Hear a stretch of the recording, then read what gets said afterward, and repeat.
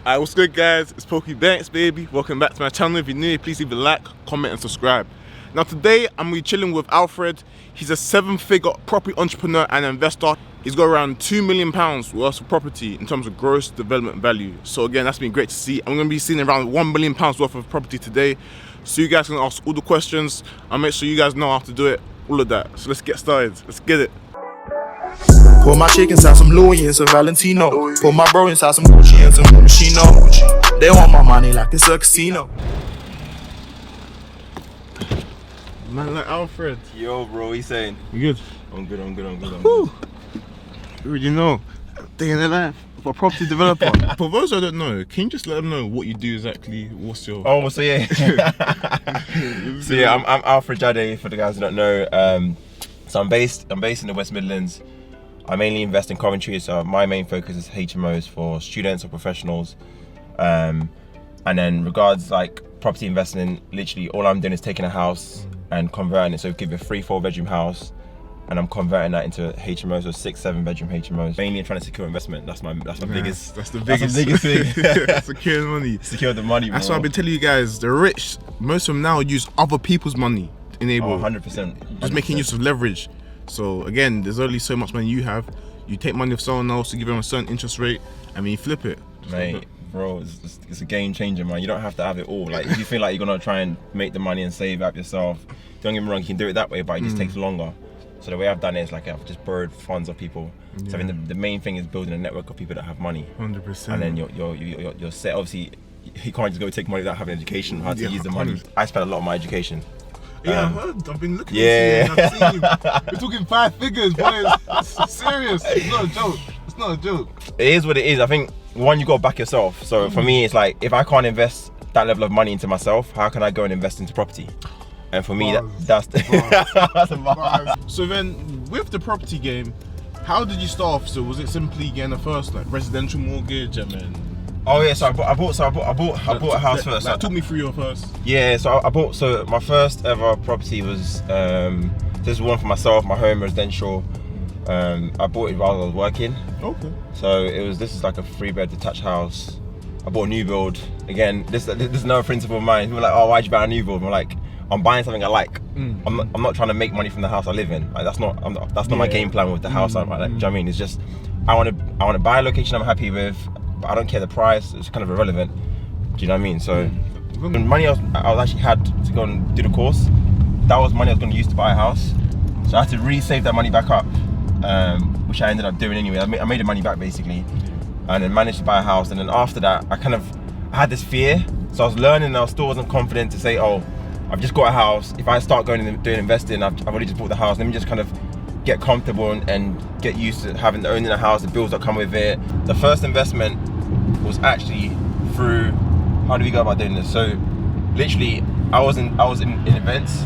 Yeah. So I used to borrow money. So before getting into property, I understood the principle of borrowing money cheaply, which for me is the same principle of getting money from someone, offering them a return, and you going and applying that money and making my money from it. There you go. So obviously me being in Coventry, I got in contact with a few promoters. We did events in the Coventry University. Oh, okay. So I built capital through that as well. Nice. So we got to a point where we were doing 50k for like a whole freshers event for the whole duration. And then I was like, okay, great, we're making lump sums of money, that's all good. But now I want to use that money to buy property, own assets, and have cash flow. Because it's good, like you make money, don't get me wrong. Oh, so then would you say you had another side hustle other than the job as well? Yeah, bro, come on, man. We gotta make money, so man. You was about. We gotta make money, yeah. Yeah. Free.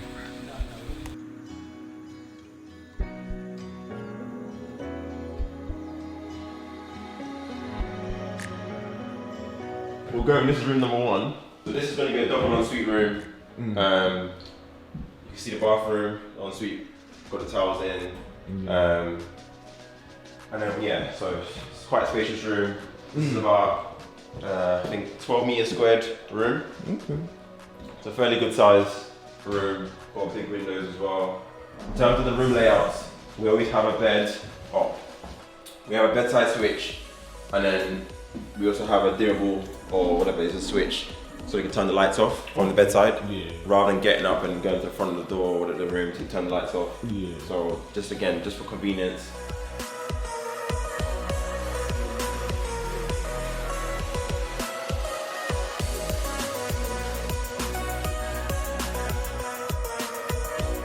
But this is room number 3, just quickly, and the ensuite's tucked behind there. Okay. But this will be the kitchen and lounge area. There's a huge Yeah. area. We're gonna have 2 worktops going side by side, one against this wall, one against that wall. There will be a TV, like a 50-inch TV in that wall, sofa, so you've got 2 sockets next to the sofas. This space here as well, because every house, with these large HMOs, we have to have a large tank, water tank, to pressure the water to all the rooms. You can't just have the normal, the boiler won't, you can't use just standard boilers. Okay. So that's How much are you trying to rent each room for? So this house, we've got some double ensuite rooms and studio rooms. Okay. So 550 is the lowest, and then 700 is the highest. But you see some of the rooms are large in the set. You see it. You see why. Again, you can see the beds layout there, TV, desk on that side of the wall. They've got enough space for storage, wardrobes, chest of drawers, all that. So you aim for students? I've got a mixture of students in terms of like, it's an individual house. This house might be a student house. We've already secured a group of 4. So the 8-bedroom HMO I'm about to release on Monday, these students went to see it. Well, if they lied, they said they were professionals, and then we got there and said, no, we're students. And we want to move them from September. So we're thinking to maybe make this a student house, get them in this house. So it's a 7-bedroom house, and then let the other 3 rooms to individual students. The most desirable properties are always in the city centre location. Like the closer it is to the city, the better it is in terms of the first ones to kind of go off the market. Yeah. So with this one, it being a large room, we're going to put a king size bed here. In the future, we'll make a double occupant room. So again, you can switch the house back to professionals. And the great thing about the city centre location as well is you can switch between the 2. So if for whatever reason I want to stop doing rents to students, I can just say, okay, fine, I'll just focus on getting the properties tenanted by professionals. So how much was the refurb for this house? This one was 110k. So we did an extension. The loft was pretty much here, but the existing loft wall ended here. So you see where the line, the marking is, where you see the new floorboards versus the old one. So we took that wall out to get this extra space here.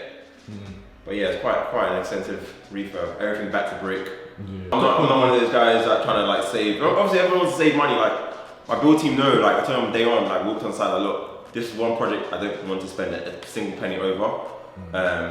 But even at the beginning, we found out again, you don't really see things until you rip things up. When you start seeing issues. So we ripped. I think it was the kitchen area. All the joists needed replacing. That's about an extra 2k. What? How much is it looking to be worth after renovations? This one's 500k. So with this one, the way I do it with all my deals, I want to know. Well, maybe I want to know the bridging lenders I use something called development finance. This is where they fund the refurb element of the project as well. So they would fund this refurb is funded 100%, but they pay it in arrears. So you still need to have about 25% of that refurb value to start the works.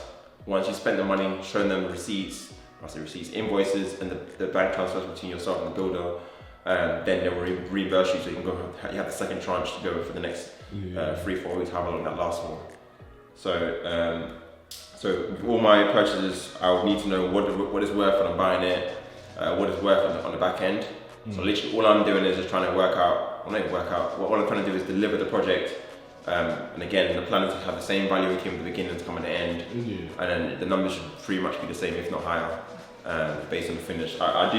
You see on the video, I do go for luxury finish, try and impress as well. Again, people pay for nice things. If the quality is there, they see the value in it, they'll pay for it. Yeah. So in terms of raising money, any tips for the audience, or how would you say is the best way for you?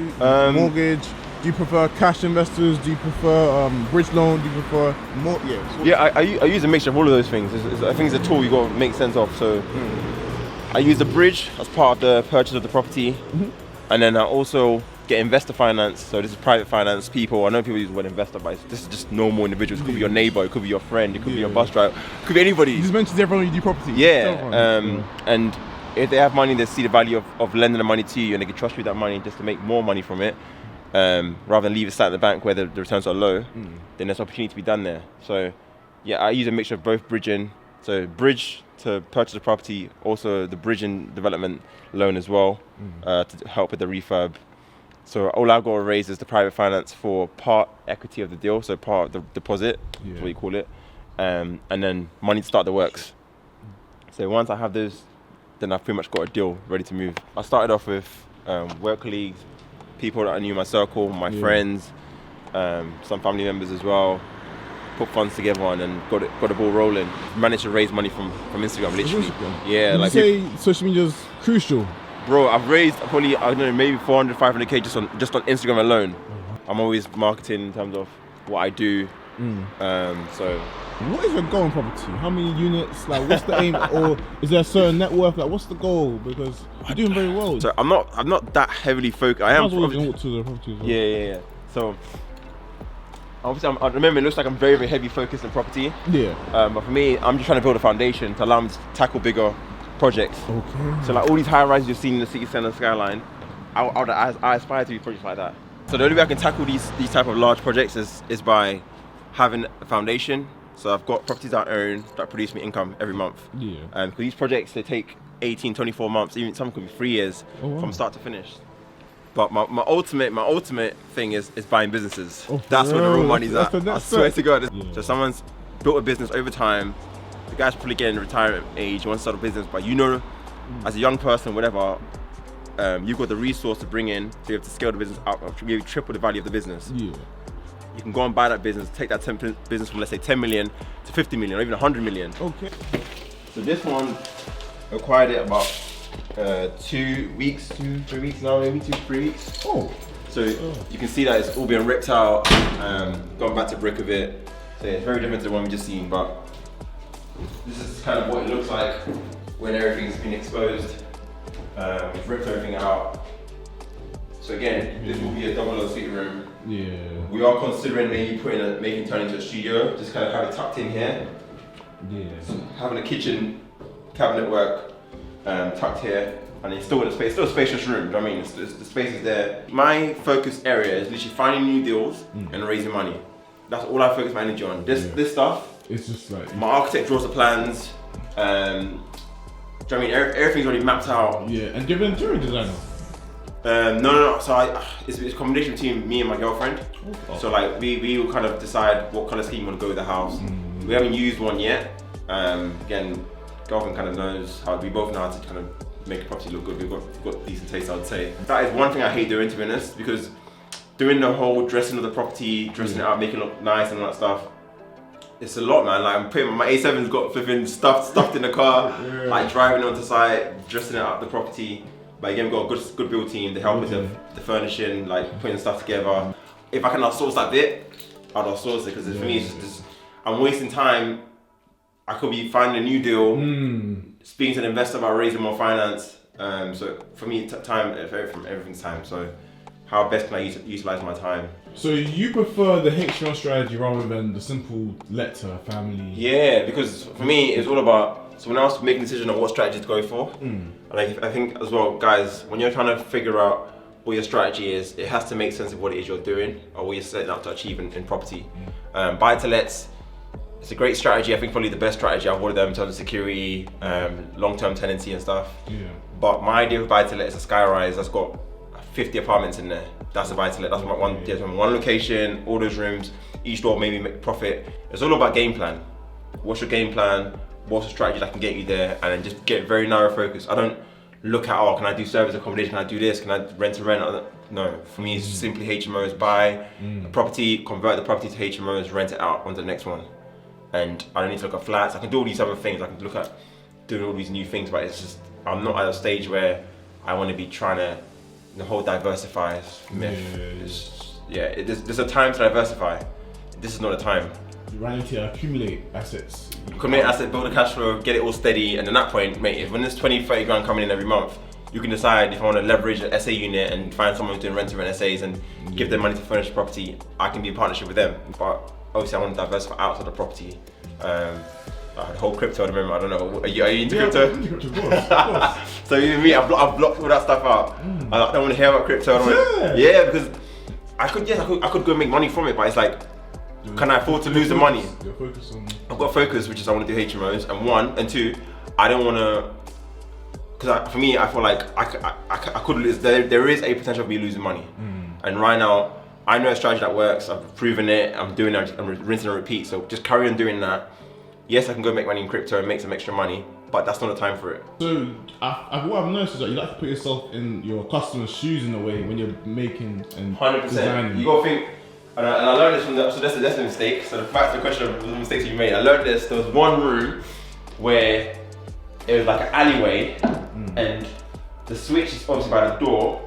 You walk into your room, you turn into your room, and you go to your bed. But then I thought, okay, so how does this person turn the light off at night? Because the room's gonna get dark. So nighttime, you have to get out of your bed, walk back up to the front door, turn the light off, and do you know what I mean? I'm like, so then you gotta turn back in the darkness and get back to your bed. So yeah, for me, I'm always thinking about the tenant experience within the room, how best to utilize the space. For mainly student tenants want space. They do like a nice ensuite, again, a nice well-dressed room, and the easiness of the room, just in terms of functionality of the room, as well, is important for them. So we do think about that. Do you ever think of expanding outside of Coventry? You know what? Everyone asks me this question. At the moment, I know the city well. I know what works. Looking back to tunnel vision, I've got a bigger game plan. The high rises, the city stuff. Anybody, it can be London, it can be Birmingham. If you tell me we got to raise, I don't know, £1 million, that's what I want to get to. I want to get to a point where I'm the guy you go to if you need money to do your deal. Cool. Their big pain is, we got the site, but we ain't got no money. So you come to Alfred, we need £1 million, I go and raise it, and for me that's what I'm trying to build my network. I mean, take your percent out of it. I'm owning equity in that deal, mate. Are you crazy? Yeah, because I'm bringing value to the table. If I can be the one that finances the deal for them, they ain't gonna worry about it. They know because how I thought it was like, cool. So they'll come to you if they want money. But you need to go to others. Yeah, but I'm gonna build a relationship with those guys. Okay. They're gonna trust me with their money. They know Alfred's capable of delivering on this. Oh, they'll take their own percentage rate. Yeah, they might want to come in the deal because again, depending on the level of money they're borrowing, if they're not comfortable with just lending on a high return, they might say no, we want equity in the deal. And that's fine. Then we go three ways. Okay. So yeah, for me, it's about, I want to meet some serious people who actually have wealth, and we can both be a benefit to each other. I'll bring in the value. So obviously I've got to understand what do they want, what do they look for an investment, what is it that they want to do with their money, what kind of deals are they interested in. Then I'm trying to go around and find those things, match it up, and I build a relationship. Trust is there. I'm the go-to guy to kind of get them to make their money work for them. Because again, these guys, they've made so much wealth. It's like they don't want to have to look for the opportunities. They want to find the right person they can trust who can deliver on these opportunities. And if you can find someone, bro, I always say it was one person away from changing your life. Like, there you go. One conversation away. One conversation, one phone call, one contact away, literally. So just keep grinding, keep putting yourself in positions to get opportunities. Do you know what I mean? And also, may I ask, so since you spend so much on education, would you like to share where someone maybe watching this video that wants or seen some inspiration from you? Where can they go? Do you have your own students, or is there another course you want to recommend? Is it a certain book? Is there a certain mentor? Masterclass? How would you say is the best way to learn property? You know. So I would say there's so many options out there. I didn't go around searching for 10 different companies, comparing the two, getting reviews in every single one of them. Literally, I think I went to one. Just one. I heard what he said. It resonated with me. I had the confidence in what I was hearing that I can take that information and go and deliver. So I didn't even get feedback. I saw what I liked. I went to the basic. There's like a free seminar, 2-hour seminar. Heard what I liked what I heard. Sorry. Then I paid like £1,000 to go to this 3-day basic where there's a bigger upsell. And again, I liked what I heard, confident in what was being taught, and then said, you know what, let's go all in on this. I didn't go and search for several companies, but obviously back then I think the only big two companies was the company I went with at the time. They were called Elite Legacy. I think they're now called Asset Academy. But I think the message here is, if it resonates with you, you like what you're hearing, you believe what you're seeing as well, and you can afford. and you can afford it, do it. There's this element of, would you put yourself in debt to acquire information? That's so I have this. For me, it comes to an individual. What's your risk appetite? If you're someone that isn't, if you're already in the mindset of, oh, I could mess this up, don't do it. Yeah. 100%. You are gonna mess up. You already don't believe. Yeah, you already don't believe. So you gotta be like me and be like, I'm gonna back myself. I'm ready to go for this. I'm all in, and that's it. I don't care what anybody has to say. It's my money. It's against my name. I'm gonna go and deliver on this. 100%. The true value you can add is through adding floor space. You can't not add value like by increasing the floor space of a property. So that's where I focus my to try and force appreciate the property, add floor space onto the property, and the valuer will appreciate that you've added more floor space and therefore the increase in price. And you're looking for like long-term, not even long-term, forever ownership. It's not a it's not an exit game type of. No. These I'm gonna hold on to this for as long as possible. Pass it on to pass it on. Generational wealth. Yeah. See right here. So yeah, just try and keep this on and pass it down. Obviously, again, I always say passing down all the assets and stuff. It's not just about passing it down. It's about also like educating the people that are about to take on how to assets. But yeah, man, I'd say, what would you say 3 tips for someone watching this? They may be a little bit inspired, they want to get into it. 3 things someone needs to start off. Maybe you might be a 16-year-old or it could be a 19-year-old.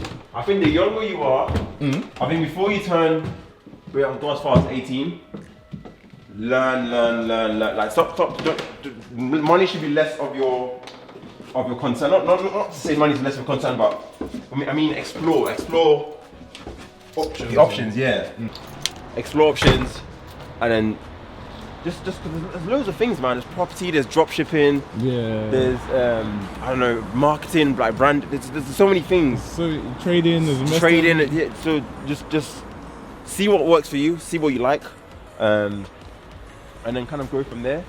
So I think to kind of summarize, the younger you are, just focus on your education. Once you've got education, it's then about networks. Who can be in your network to help you accelerate your journey?